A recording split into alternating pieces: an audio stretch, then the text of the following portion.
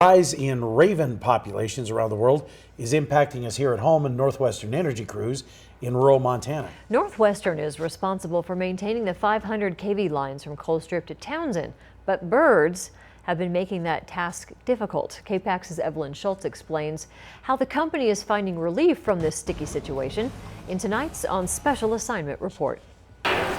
Look up in the sky in Broadview. With winter coming, these linemen are in a race against time. But it's not exactly the weather that's the issue. If it's dry, it's okay. If it's clean, it's okay. It can cause outages in the right condition. Jim Luke's been working on this project for 2 years since he figured out what was tripping the lines. It's almost a wonderment that a simple raven can bring down the biggest system in the Northwest. The 500 kV system is really the backbone of Northwestern Energy's grid operation. There aren't birds here right now, but just wait until winter.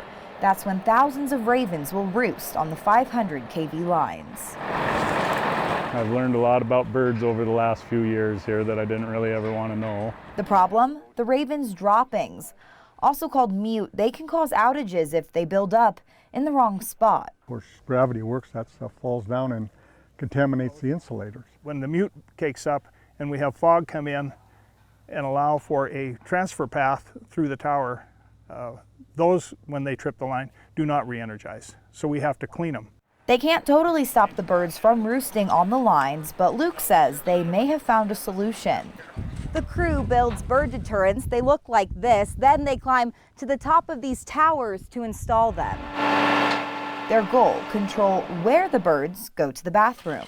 Not to necessarily push the ravens completely off the towers, but take away some of their convenience and let them remain here because they will be here. There's a food source nearby. So far, Luke says the troubles with number 2 are improving, but they'll know for sure when winter comes.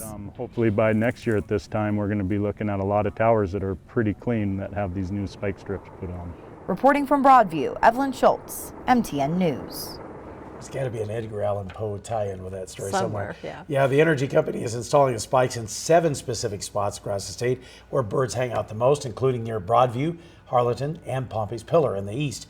Luke says other energy companies may follow the lead. One more thing, eagle mute near migration lines, or I should say mate near migration lines, and that's also a posed problem for crews, but its consistency is a bit different, so it doesn't impact the lines quite as much. I think we learned a lot about bird poop here tonight, Dennis, and its perils. Yes.